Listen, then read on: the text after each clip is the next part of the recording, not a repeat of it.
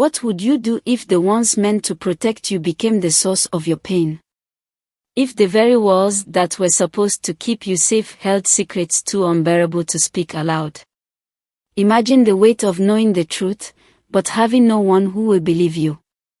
In the heart of Cairo, a small Nigerian town known for its vibrant markets and close-knit community, there lived a little girl. Her name was Lila. 7 years old, with eyes as wide as the sky and a smile that could light up even the darkest corners of a room. But that smile? It began to fade. She wasn't like the other children. She rarely laughed, and when she did, it seemed hollow, like an echo that didn't belong in her fragile world. Her neighbors spoke fondly of her parents, a hardworking mother and a father who stayed home to care for their daughter. To the world, they were a family that had it all. But inside those walls, Lila carried a weight that no child should ever bear. Her father, Aaron, was a man of quiet demeanor, often seen tapping away on his computer, earning his keep as a web developer. Her mother, Mara, was the owner of the largest fabric store in the city, her days consumed by numbers and transactions. To anyone who looked in, they were the perfect picture of modern success. Yet Lila, their only child, walked through her days like a shadow. She tried to speak once. Perhaps it was the hope that someone might hear her, might see past her small frame and into the storm she carried. But who would listen? Certainly not her mother, whose mind was too full of ledgers and calculations to notice the cracks forming in her daughter's fragile heart. And her father? He was the reason she cried herself to sleep at night. Lila's silence wasn't born from peace. It was forged in fear. She had learned quickly that the ones closest to her could also be the ones who hurt her the most. Her tiny frame bore no physical scars, but inside, the damage grew. She didn't have the words to explain it. How could she? She was just 7. But what happens when a child's cries fall on deaf ears? When their screams are stifled not by strangers, but by the people who are supposed to protect them. This isn't a story of simple neglect or even ignorance. This is something far more chilling. Her mother, Mara, was always preoccupied with her business, her success blinding her to what was happening right under her roof. And her father, Aaron, was more than just neglectful. What he did to Lila when the world wasn't looking cannot be undone. The secrets he forced her to carry were as heavy as the darkness that filled their home when the sun went down. There were moments when she would sit by the staircase, her small frame trembling, her eyes swollen from tears she dared not shed in public. Moments when she would approach her mother, tugging at her sleeve, hoping for a shred of attention. "Mommy, please listen to me," she would whisper. But her words were always brushed aside, lost beneath the rustling of paper bills and the clinking of coins. What would you do if your cries for help went unanswered? If every time you reached out, you were pushed further into the shadows? For Lila, every plea for help was met with indifference, every cry a reminder that she was truly alone. This story is not about what should have been. It's about what was. It's about the silence that grew louder with each passing day. And it's about the courage of one small girl who, despite it all, dared to hope that one day someone would listen. As you hear her story, ask yourself, would you have noticed her pain? Would you have seen the signs? And more importantly, what would you have done if you were the one she came to? Share your thoughts in the comments as we unravel the events that turned Lila's childhood into a nightmare. This is her story. A story of silence, pain, and perhaps a chance for redemption. Lila's childhood was a fragile tapestry, woven with threads of innocence and trust. But one fateful day, those threads began to unravel. What started as an ordinary afternoon in the Adebayo household became the beginning of an unspeakable ordeal. Aaron, her father, called out to her from his home office. His tone, though calm, carried an edge that Lila couldn't quite place. She walked toward the sound, her small feet padding against the tiled floor, her dolls left behind, forgotten in a moment that would mark her forever. Lila, he said, smiling in a way that made her uneasy, come here. I need to teach you something important. She trusted him. He was her father. Fathers protected their daughters, didn't they? As he spoke, his words were cloaked in strange phrases she didn't understand. This is what it means to grow up, he said, as his hands moved in ways that made her freeze. The room felt smaller, the walls closing in as her father's voice grew distant, like an echo bouncing off a canyon. Lila didn't understand. She only felt the sharp, searing pain that came next. She whimpered, "Daddy, stop. Daddy, please." But Aaron wasn't the man she thought he was. He was a monster hidden behind the mask of a father. She thought it was over, that maybe it was a one-time mistake. But it wasn't. Night after night, Aaron crept into her room. His voice was a mixture of soothing lies and cruel threats. "Don't tell anyone," he whispered. "If you do, they'll never believe you. They'll think you're lying. And if they find out, you die." "Do you want to die, Lila?" Fear gripped her small heart. At 7 years old, Lila didn't know how to process what was happening to her. All she knew was that she was terrified. The pain became routine, and the silence even more so. She cried in her room when no one was looking. Her tiny voice, once filled with innocent questions about the world, now choked on words she didn't know how to say. Lila began to withdraw, her spirit dimming like a flame starved of oxygen. She turned to her mother.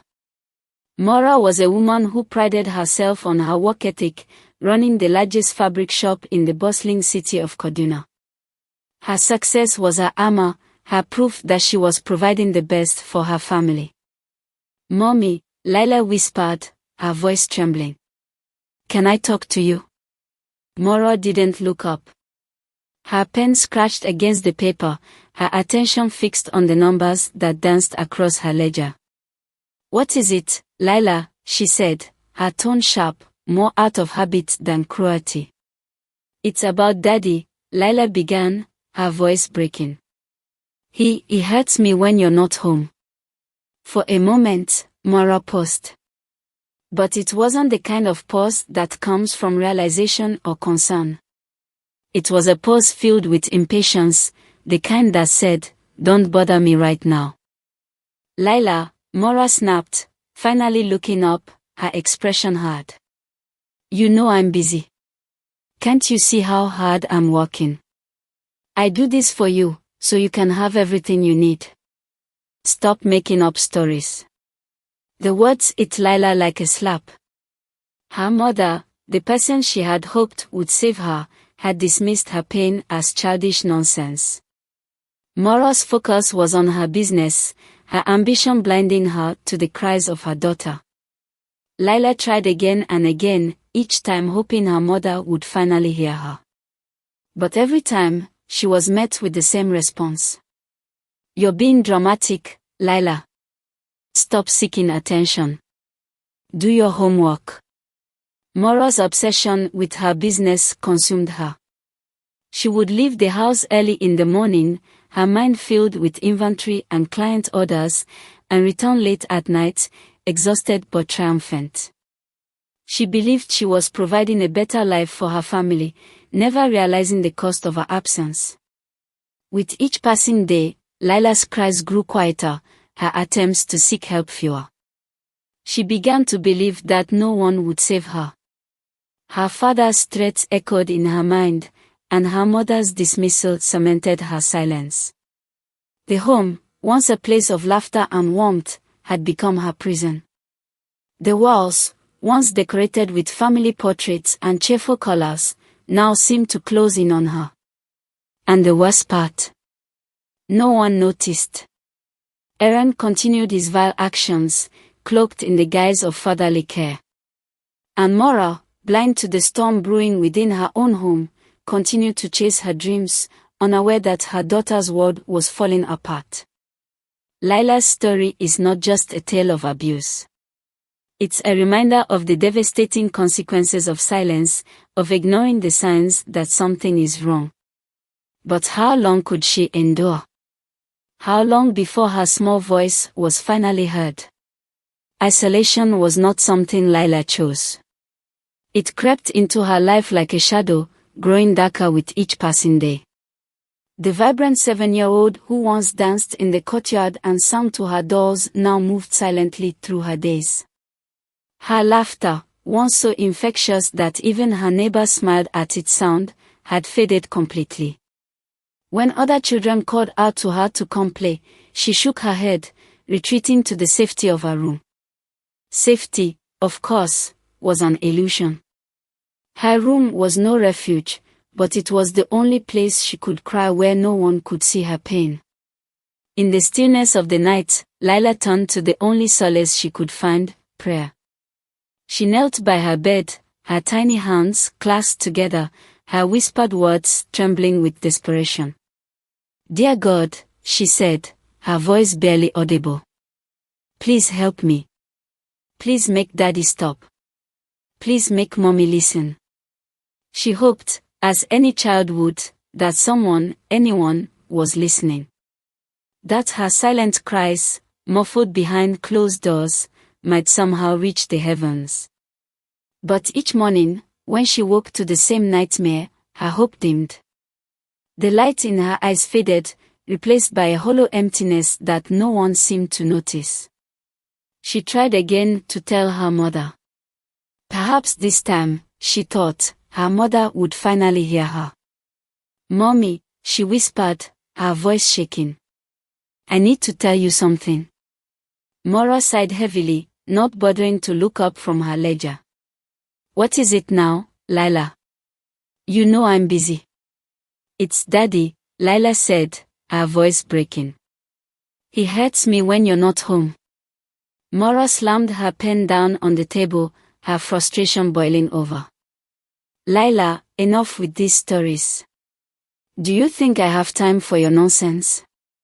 Do you know how hard I work to keep this family together? You're just being dramatic." The words stung more than Lila could have imagined. She wanted to scream, to shake her mother, to make her see. But all she could do was stand there, silent tears streaming down her face. Her mother had dismissed her again, leaving her alone with her pain. As Mora's indifference grew, so did Aaron's cruelty. He seemed emboldened by Lila's silence, his actions becoming more frequent, more invasive, more horrifying. He no longer waited for the cover of night. Any moment Mora left the house was an opportunity. Lila tried to hide.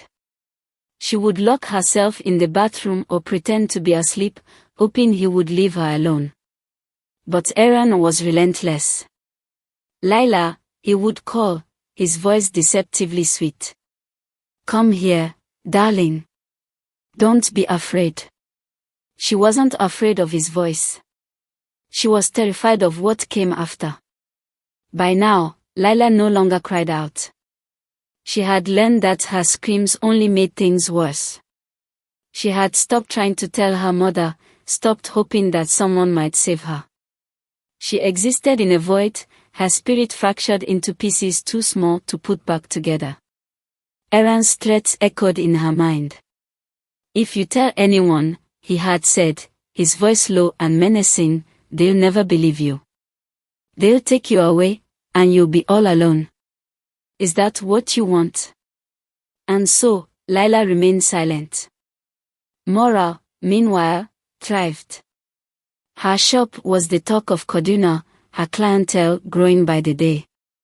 She prided herself on her independence, on the wealth she had built with her own hands. She didn't see the cracks forming in her family, didn't hear the cries of her daughter beneath the hum of her bustling shop. When neighbors mentioned that Lila seemed quieter these days, Maura brushed it off. "She's just shy," she would say with a dismissive wave of her hand. "She's fine." But Lila wasn't fine. She was a child drowning in silence, her cries for help swallowed by a mother too consumed with success to notice. Isolation had become Lila's constant companion. She moved through her days like a ghost, her laughter gone, her dreams replaced by nightmares. She had stopped hoping for a miracle. She didn't believe in them anymore.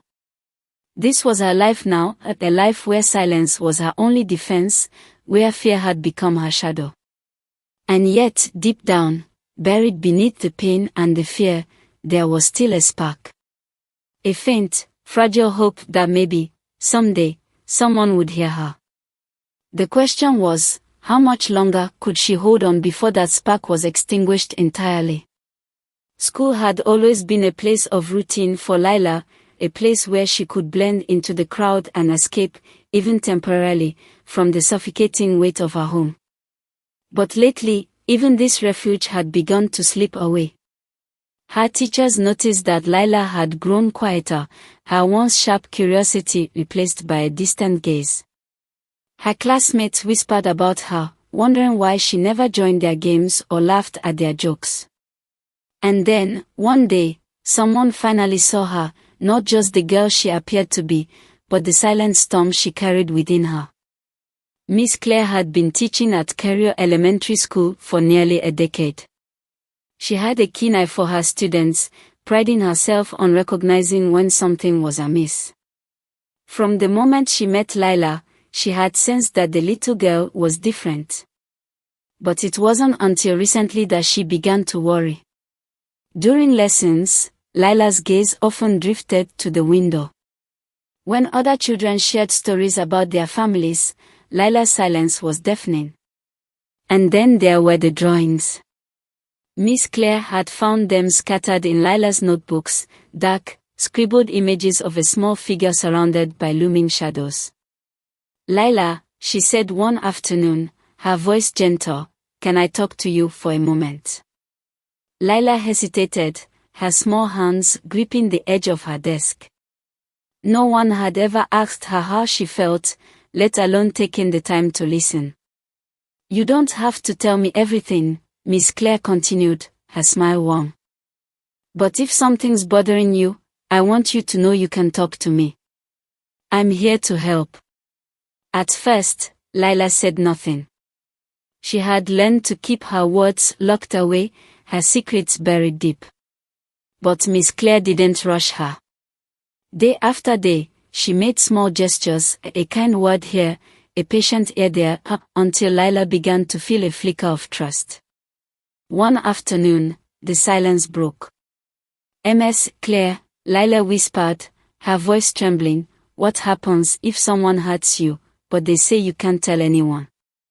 Miss Claire's heart ached at the question, but she kept her expression calm. "Lila," she said carefully, "if someone is hurting you, it's never your fault. And it's always okay to tell someone you trust." For the first time in months, Lila felt a glimmer of hope. Slowly, haltingly, she began to share her story. She told Miss Claire about the nights when her father would come into her room, about the things he said and did that made her feel scared and alone. She spoke of her mother, who never seemed to listen, no matter how hard she tried.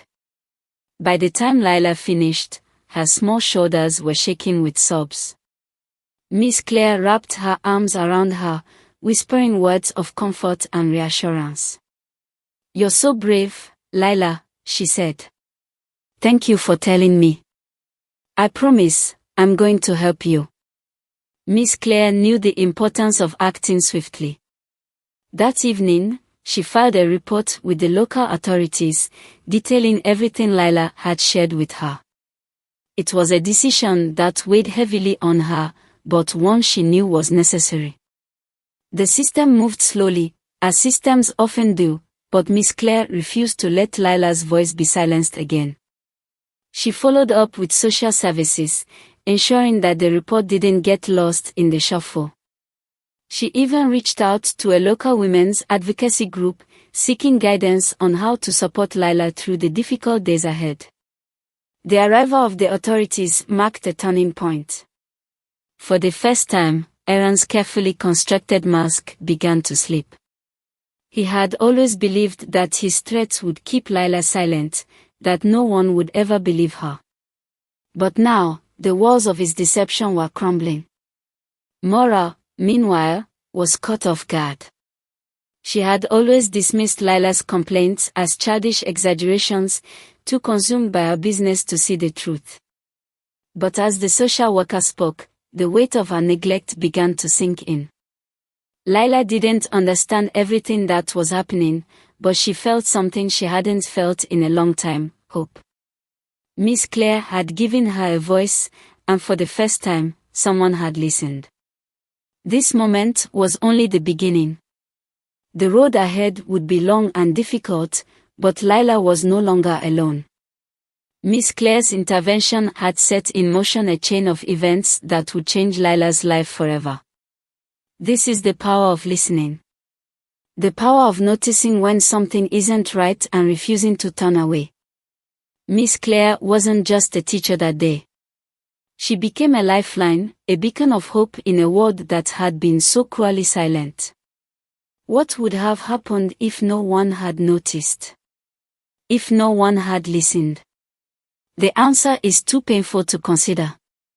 But because someone did, Lila's story was no longer just a tale of pain, it was becoming a story of hope. Truth has a way of surfacing, no matter how deeply it is buried. The silence that had suffocated Lila for so long was finally broken, and the consequences came knocking, literally, on the Adebayo family's door. Maura, ever the composed businesswoman, greeted the visitors with a polite smile, masking her confusion. But as the conversation unfolded, her world began to tilt. The social workers explained that a report had been filed, a serious accusation involving her husband and their daughter. Maura's composure faltered. "There must be a mistake," she stammered. "Aaron is a good man. He works from home, he's always here for Lila." The officer, his expression stern but sympathetic, replied, "Ma'am, we need to speak to your daughter. These are standard procedures in cases like this." Lila's voice was soft, trembling, but steady. She answered their questions in halting sentences, her words painting a picture of the horrors she had endured. The social workers listened, their professionalism masking the anger and sorrow bubbling beneath the surface. They had seen cases like this before, but each one cut as deeply as the last. As Lila spoke, Maura sat in the corner of the room, her face pale and her hands trembling. She couldn't believe what she was hearing. Her daughter, the child she had brought into the world, the child she thought she had provided everything for, had been living in a nightmare she had been too blind to see. Aaron's return marked the climax of the confrontation. His smile faltered when he saw the visitors, replaced by a mask of feigned confusion. "What's going on here?" he asked, his voice tinged with unease. The lead officer stepped forward. "Mr. Adebayo, we have received reports of abuse involving your daughter. We need to ask you some questions." Aaron's calm facade cracked. His voice rose as he denied the accusations, insisting it was all a misunderstanding. But the evidence was mounting. The social workers had seen the signs: Lila's withdrawn demeanor, her reluctant but truthful testimony, and the clear patterns of abuse. For Maura, the moment was shattering. As Aaron's denials grew louder, so did her memories. The times Lila had approached her, desperate and tearful, flashed before her eyes. Her dismissals, her impatience, her refusal to listen, they were all accomplices to Aaron's crimes. "I didn't know," she whispered to herself, her voice breaking. But deep down, she realized that wasn't entirely true. She had seen the signs: Lila's withdrawn nature, her sudden fear of being alone with her father, but she had ignored them, too wrapped up in her work to confront the uncomfortable truth. The arrest was swift but not quiet. The news spread through the neighborhood like wildfire. Aaron Adebayo, the quiet man who worked from home, was now a criminal in the eyes of his community. As the police car drove away, Maura stood in the doorway, her expression blank. She had lost her husband, but more painfully, she had realized how close she had come to losing her daughter. Maura's awakening was both painful and transformative. She began to see her neglect not just as a mistake, but as a betrayal of the most sacred bond between a mother and child. "I'm sorry, Lila," she said during their first therapy session, tears streaming down her face. "I should have listened. I should have been there for you." Lila hesitated, but for the first time in what felt like forever, she felt a glimmer of hope. Her mother's words didn't erase the pain, but they opened the door to healing. The legal process was grueling. Aaron faced charges of child abuse and was sentenced to a significant prison term. His actions were laid bare for the world to see, his facade shattered beyond repair. Lila's bravery was evident in every step of the process. With the support of her counselor and Miss Claire, she found the courage to share her story. Her words were a testament to her resilience and a warning to others about the dangers of silence. Lila's journey to healing was just beginning. Therapy became a safe space where she could express her feelings, confront her trauma, and slowly rebuild her sense of self. Maura, too, embarked on a journey of transformation. She scaled back her work, dedicating her time to being present for Lila. Together, they began to forge a new relationship, one built on trust, love, and understanding. Justice had been served, but the real victory was Lila's survival. Her story, though born in pain, became a beacon of hope for others. It was a reminder that even in the darkest moments, there is a chance for redemption.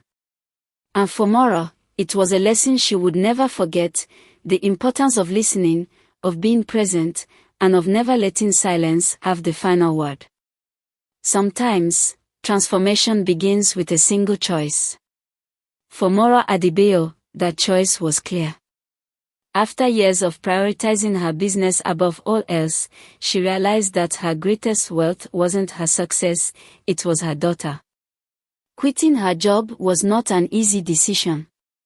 The shop had been her dream, her pride, her proof of independence. But Maura understood now that no amount of money or accolades could repair the damage her neglect had caused. She needed to rebuild, not her business, but the trust and love she had once shared with Lila. Maura's transformation wasn't instantaneous. It was a daily effort, a commitment to being present in ways she never had before. Each morning, she prepared Lila's breakfast herself, sitting with her at the table instead of rushing out the door. She walked her to school, holding her hand and asking about her day. At night, she tucked her in, reading bedtime stories and reassuring her that she was safe. These small gestures, though simple, began to chip away at the walls Lila had built around herself. Lila's recovery was a journey, not a destination. Therapy became a sanctuary where she could explore her feelings without fear of judgment. She learned to name the emotions she had buried for so long, fear, sadness, anger, and to release them in healthy ways. Her therapist, a gentle woman named Auntie Ife, introduced her to art therapy. Through her drawings, Lila began to express what words could not. The dark, shadowy figures she once sketched gave way to images of bright colors and smiling faces. It wasn't just therapy that helped Lila heal. It was the support of a community that rallied around her. Neighbors who had once been distant offered kind words and open arms. Miss Claire continued to visit regularly, bringing books and games to brighten Lila's days. Even her classmates, sensing her growing confidence, began to include her in their games and conversations. Little by little, Lila rediscovered her laughter. Maura also sought her own healing.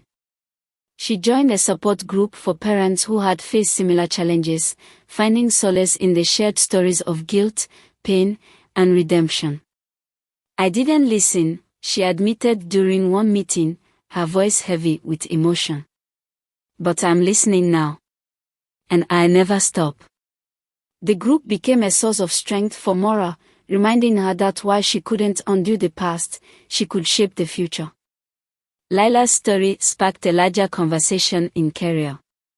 Miss Claire, with Maura's support, organized a series of seminars on child safety and abuse awareness. Parents learned to recognize the signs of abuse, to create safe spaces for their children, and, most importantly, to listen. The seminars weren't just educational, they were transformative, fostering a sense of collective responsibility within the community. For Lila and Maura, the garden became a symbol of their journey. Together, they planted flowers, watching them grow and flourish just as their relationship did. Maura learned to slow down, to savor the moments she once took for granted. And Lila, her laughter restored, began to trust that her mother would always be there for her. Lila's story is not just a tale of pain, it's a testament to resilience, to the power of love and the strength of the human spirit. It's a reminder that healing is possible even in the face of unimaginable pain.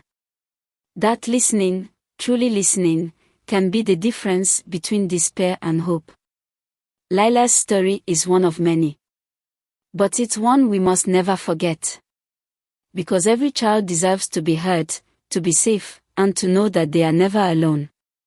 Lila's story is more than a tale of one girl's pain and recovery.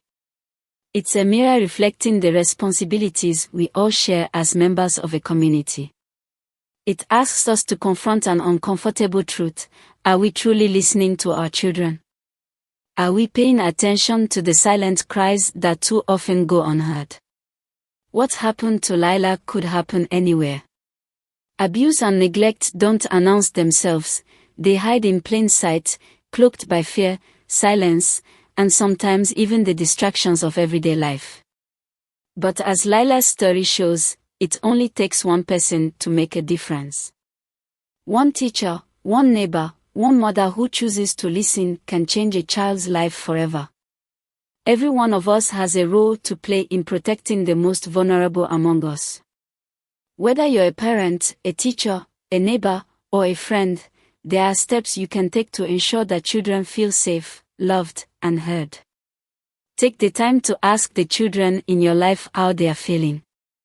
Create an environment where they feel comfortable speaking up, no matter what.